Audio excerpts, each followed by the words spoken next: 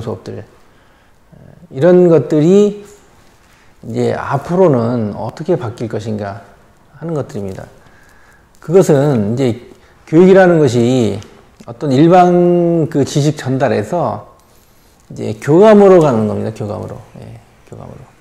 이 교감을 하기 위해서는 정보를 랜덤하게 많은 정보를 그 대상에 맞게 임의대로 불러올 수 있어야 됩니다. 그런데 이제 터치 기술이 많이 발전을 함으로 해서 공간 터치부터 해서 이런 터치 또는 터치 패드들, 모든 스마트폰들, 이런 터치 디바이스들이 많이 등장을 함으로 해서 불러오는 것들이 아주 쉬워졌습니다. 예. 터치만 하면 그냥 날라오니까. 원하는 부분을 이렇게 바로바로 주고받을 수 있으니까. 그래서 교감이라는, 예. 그 교육의 아주 본질적인 수단, 예. 이것이 이제 비로소 열리는 시대가 터치라는 인간이 마지막 오감 중에서 마지막 영역을 이제 디바이스들이 많이 이제 해결을 해줬기 때문에 이것이 이제 해결이 됨으로써 진정한 어떤 수업의 효율성이 이제 등장한다고 봅니다. 그래서 이걸 통해서 학생들한테 이제 구조적인 수업을 할 수 있고, 입체적인 수업을 할 수 있고, 학생이 원하는 것들 하나씩 다 짜맞춰 줄 수 있고, 수업이 끝나고 이제 나가면서 바로 그냥 두루마리식의 수업은 뭔가 많이 이렇게 지나간 것 같은데 나가면 이제 생각이 안 나는 거죠. 이렇게. 그렇지만 이런 수업은 나가면 쉽게 재구성을 할 수 있습니다. 쉽게 재구성을 할 수 있고, 그것을 응용할 수 있고, 또 기억도 오래 가고 하는 것들이죠. 그래서 3세대에 등장하는 디바이스들이 이제 터치를 기반으로 하고 있고, 3세대 솔루션들이 또 프로그램들이 등장을 이제 하는 초입입니다. 이게 등장함으로써 정말 그 지금까지 할 수 없었던 본질적인 수업을 할 수 있다고 봅니다. 그리고 쌍방향도 이런 그 쌍방향의 어떤 그 맛을 보여줬던 이런 것들이 진정한 쌍방향으로 언제 어디서든지 원하는 대로 이렇게 주고받을 수 있는 그런 진정한 쌍방향으로 간다고 봅니다. 그래서 예를 들어서 이제 지금 2세대 문제은행들은 어떤 학생이 틀리면 그것을 분석해서 유사한 문제들, 틀린 문제를 더 풀도록 이렇게 해주는데 사실은 참 위험한 발상입니다. 그것이. 틀리면 틀린 것을 분석해서 그것을 알 수 있는 길을 마련해 줘야 되는데 틀렸다고 해서 그와 유사한 문제를 주게 되면 학생들이 더 좌절을 하게 됩니다. 그래서 그것을 조금 개선시킨 게 제가 보기에는 이제 이쪽입니다. 이게 2세대라 그러면 2.5세대. 이건 학생한테 선택권을 줍니다. 그리고 스스로 이렇게 할 수 있도록 도구를, 이거를 내가 풀 것인가 말 것인가, 또는, 풀기 전에 자신 없으면, 수업 동영상을 다시 보고 풀린다든지, 이런 것들이죠. 근데 그보다 더 중요한 것은, 그 학생이 만약에 틀렸을 때, 만약에 정답이 3번이었는데, 5번을 찍었다. 그럼 3번을 찍어야 되는데 5번을 찍었다 그러면 이걸 분석해서 얘가 뭘 모르고 무엇을 이해를 못하고 있고 하는 것들을 분석해서 그것을 해결할 수 있는 도구를 주어야 되는 것입니다. 이것이 이제 진정한 3세대라고 하는 거죠. 좀 더 딜리버레이트해지는 거죠. 예, 프랙티스를 좀 더 딜리버레이트하게 프랙티스를 시켜주는 거죠. 그래서 이것들이 3세대는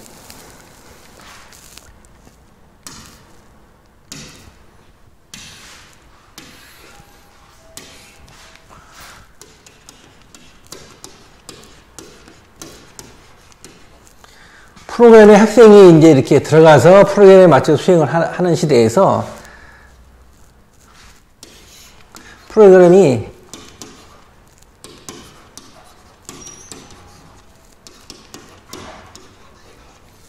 프로그램이 학생의 그 반응에 따라서 여기서 다시 로직을 짜주는 겁니다. 개별화되면서 딜리버레이트한 그 프로그램을 짜서 학생이 그 게임도 마찬가지죠. 그 사람이 게임을 할 때 똑같이 진행되는 게 아니고 그 반응에 의해서 게임이 변하듯이 프로그램도 학생이 학습에 따라서 반응을 해야 됩니다. 이것이 이제 3세대죠. 그래서 어떤 학생은 목표 지점까지 그냥 이렇게 바로 갈 수도 있고, 어떤 학생은 이렇게 갈 수도 있고, 어떤 학생은 뭐 이렇게 갈 수도 있고, 어떤 학생은 이렇게 가다가 뭐 이렇게 갈 수도 있고, 아무튼 목표 지점까지 가는데 아주 개인마다 딜리버리트 해야 되고, 그리고 개별화되는 프로그램들이 3세대 프로그램이라고 할 수 있습니다. 이런 것들이 이제 등장을 하기 시작하는 초입이고 등장할 거라고 봅니다. 그 다음에 교육 현장에서 그 3세대를 지향하고 있는 것들은 잠깐 보겠습니다. 예. 일단 테드입니다. 테드. 예. 테드는 그 지식을 공유하는 거고, 이미 테드는 하버드를 넘었을 수준이 하버드를 이미 넘어섰고 영향력을 넘어섰습니다. 예. 그래서 테드나 또는 이제 미래학자들이 얘기하는 한 20, 30년 후면 세계 5개 대학이, 세계 뭐 하버드를 비롯한 세계 5개 대학이 전 세계 교육을 담당할 것이다. 나머지 대학들은 이제 어떤 부차적인 그런 것들을 담당할 것이다 라고 하고 있습니다. 예. 그 다음에 학원은 도대체 어떻게 될 것이냐. 이 교육시장에서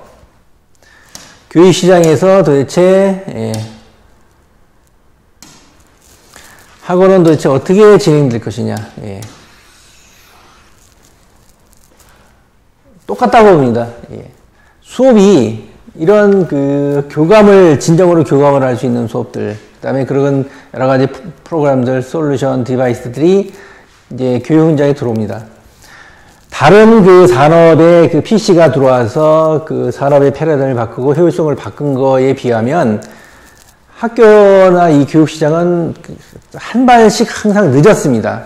그리고 그런 것들이 들어온다 하더라도 그것이 교육 현장에서 진행된 것이 아니고 개발업체 또는 어떤 그 정부나 이런 데서 진행을 했기 때문에 교육 현장에서는 쓰질 않는 거죠. 프로그램이 그 교육부에서 보내도 쓰지도 않고, 전자치판을 학교에 세팅해놔도 그것이 전자치판이 선생들이 원하는 전자치판이 아닌 업체들이 만든 전자치판, 쓰지도 않는 그냥. 그래서 뭐 수조에서 수십조를 그냥 이 스마트 교육에 투입을 했지만 전혀 거의 빛을 발하지 못한 그런 것들이 지금까지 진행이 되어 왔는데요.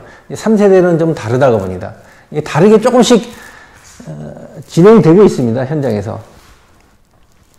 그런데 학원이나 사교육 시장 쪽에서는 도대체 이것이 어떻게 진행될 것인가 하는 거는 간단하게 글을 보면 1인 강사가 전 세계를 대상으로 해서 강의를 할 수 있는 시대. 메가나 EBS 뭐 이런 데서 이제 우리나라 전국구 일타 강사들이 있는 것처럼 세계 시장에 진출할 수 있을 겁니다. 그것도 아주 그 현장에 있는 것처럼 가깝게. 그리고 한 학생을 다 관리하고 개별화되는 거죠. 그래서 수업의 효율성도 훨씬 더 높아질 테고, 그리고 1인 강사가 진수학원처럼 혼자서 30만 명을 이렇게 가르치는 것 이상으로 많은 학생들 또는 전 세계의 많은 학생들을 어떤 교육의 현장에서 품에 안을 수 있다고 봅니다. 그것은 이런 그 도구나 디바이스들이 다 해결을 해줄 겁니다. 그러니까 선생님이 해야 될 역할은 자기가 가지고 있는 지식의 완성도를 높이고 학습법에 대한 그런 도전을 계속 해야 되고, 또 컨텐츠에 대한 도전을 해야 되고 하는 것들이죠. 그런 것들이 되면 나머지들은 이런 것들이 해결을 해줄 거라고 봅니다. 그래서 1세대 교육 철학은, 그러니까 20세기 교육 철학이겠죠. 국가가 원하는 인재를 양성하는 이런 그 교육 철학이었다면 이제 2세대